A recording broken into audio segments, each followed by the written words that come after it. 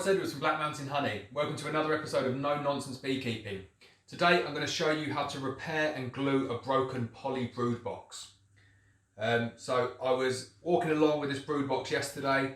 I had about 6 of them stacked up with frames. I was just moving them from one side of the apiary to the other just to free up some space, and I dropped it and it broke. So one of the issues with poly is that it does break. Like if you dropped a wooden hive or a wooden box, the chances are it's probably not going to break. It's definitely not going to break as severely as the poly can break. But as bad as that looks, it's actually not the end of the world. Poly is very, very easy to kind of put back together, glue it, screw it. You can put it back together probably stronger than some of the dovetail boxes when they just kind of click together. So the aim of this video today is I'm going to show you how to repair damaged poly brood boxes or any poly boxes that you may have damaged using a glue and a screw method. So the glue that I normally use is a Gorilla Glue. So this is a polyurethane glue that actually bonds with the poly and creates a really, really super strong bond. I'm actually all out of polyurethane glue and any Gorilla Glue today, so I'm doing it with a 2-part epoxy. Now 2-part epoxy is massive overkill for this job, but it works really, really well. You don't need 2-part epoxy to do this. Any kind of polyurethane glue or Gorilla Glue, which is just the brand name for one of them, it is absolutely fine. I understand that you can actually use a weather resistant PVA as well. I'm not entirely sold on that idea. I've never tried it myself, so it could be perfectly fine. I'm only going from my own experience, and I know for a fact 100% polyurethane and Gorilla Glue and epoxy resin work really, really well doing this. So stick to those and you'll be fine. Now what you could do here is you could just glue these back together, hold them in place for as long as you can, and leave them, and then that will give you a very, very strong bond. What I like to do with those, I like to stick a couple of screws in either end as well, and then all that's doing is it's providing a bit of kind of lateral support and stopping that shear force being able to break the box again. And for the sake of 4 screws, why not? It also gives you the benefit that it holds the joint close together while the glue's going off. So it's going to be a very, very quick video today. That is a very neat, clean break. They don't always break like that. I promise you, I didn't break it on purpose to do this video. That was a genuine fall yesterday. So yeah, like I say, we'll just run through, show you how to glue it, how you prepare the glue, how much glue you need to put on, where you screw it, and then how long it takes to kind of cure.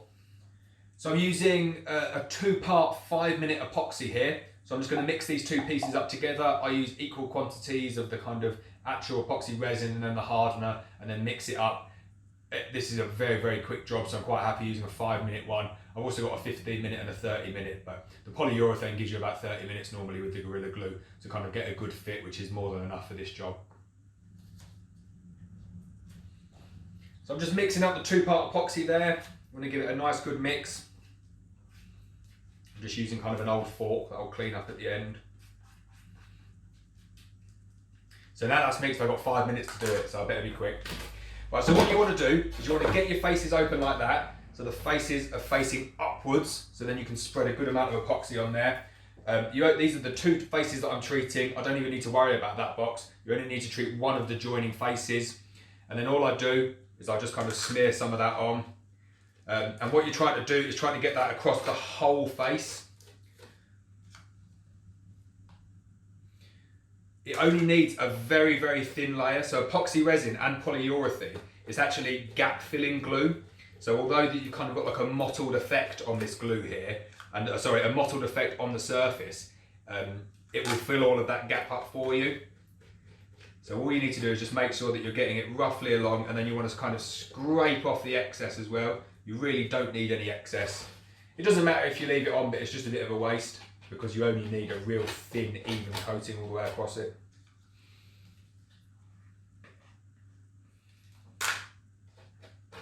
So you just continue to apply it all the way along, making sure that you're kind of getting into the nooks and crannies as they come apart.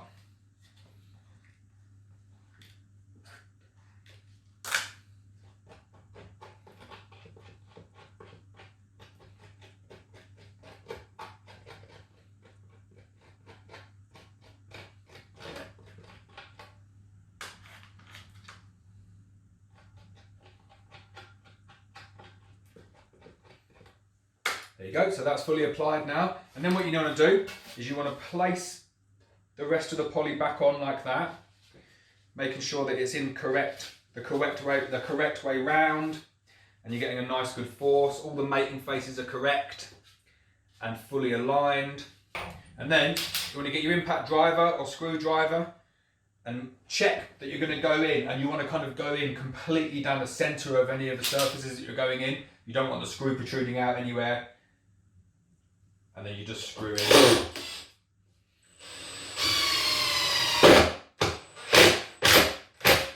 You don't need to go down any further than the surface. I mean, that's going to create a really tight bond as it is.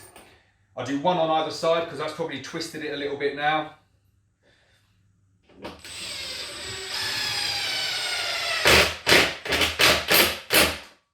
And you can tell if you're doing a good job, yeah, because as you put that screw in, you should see a tiny little seam of glue protrude out of the crack, and then you know you've done a good job, you know you've got a good seal, and you know that it's kind of clamping it tight.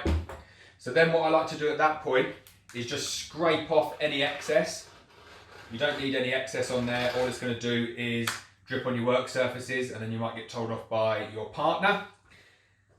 So we clean up at the end, and then we're going to flip that over to do the other side. Same again, one screw in the top.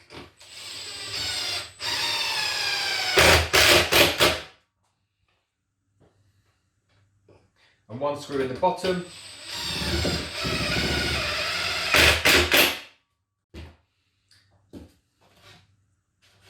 We take off the excess.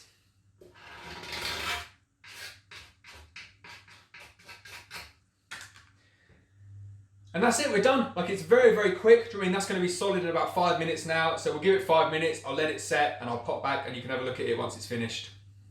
Another thing to mention on this is that if you've got awkward cracks and the polyurethane glue hasn't expanded to fill that gap sufficiently, or you want it to look nice, I'm never that fussed about the boxes looking that nice as long as they're practical. You can use an exterior grade wood filler. So if you wanted to kind of hide those screw holes, you could countersink it down a couple of mil, and then use a spatula and use some exterior grade wood filler to go over it, and then paint over the top, and then you've got a completely invisible seal. And then the same with the joints. Do you know what I mean? At the moment you could see where the joints are, the glue's kind of coming out of them.